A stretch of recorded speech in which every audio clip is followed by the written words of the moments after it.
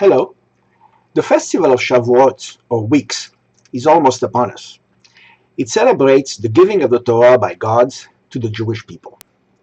The Zohar, book of Jewish mysticism, says that the 7 weeks between Passover and Shavuot are the days the bridegroom, Israel, courted the bride, the Torah. A popular custom is to stay up all night on the eve of the holiday and study until dawn. It is called Tikkun Lel Shavuot, or repair of the night of Shavuot. Why do we do that, and why is it called that? The Midrash explains that when the Israelites were about to receive the Torah, they were sleeping, and God had to awaken them with thunder and lightning.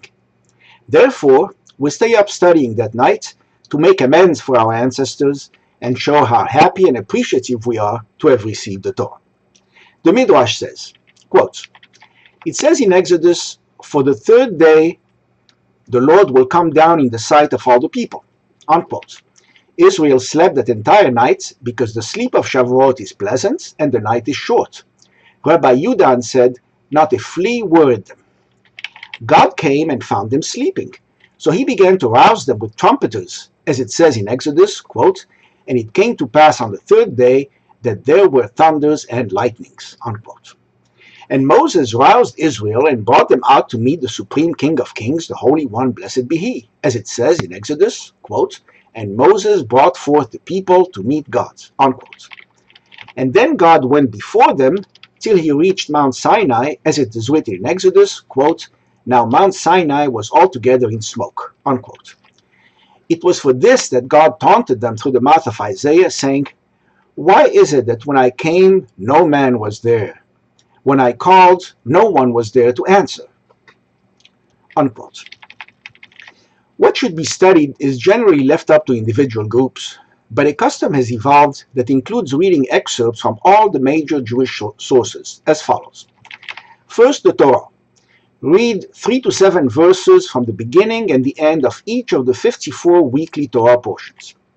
Some important sections should be read in full, such as the days of creation in Genesis, the Exodus and the Song at the Sea, the giving of the 10 Commandments on Mount Sinai, and the historical review in Deuteronomy and parts of the Shema.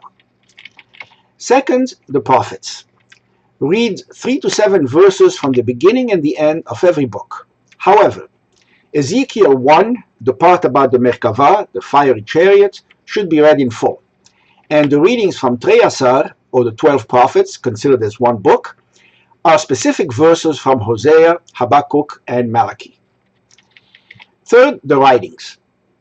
Read the book of Ruth in full, as well as Psalms 1, 19, 68, 119, and 150.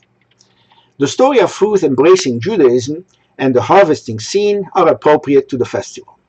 Also, King David, a descendant of Ruth, died on Shavuot. Fourth, the Mishnah, or oral law, the first part of the Talmud. Read the beginning and the ends of each of the 63 tractates, with some important chapters in full. Fifth, read Sefer Yetzirah, the Book of Creation. It is the oldest Kabbalistic text, about 2,000 years old. Sixth, read the Taryag, the list of the 613 commandments in the Torah, usually using Maimonides' enumeration. Finally, the Zohar, the Book of Jewish mysticism.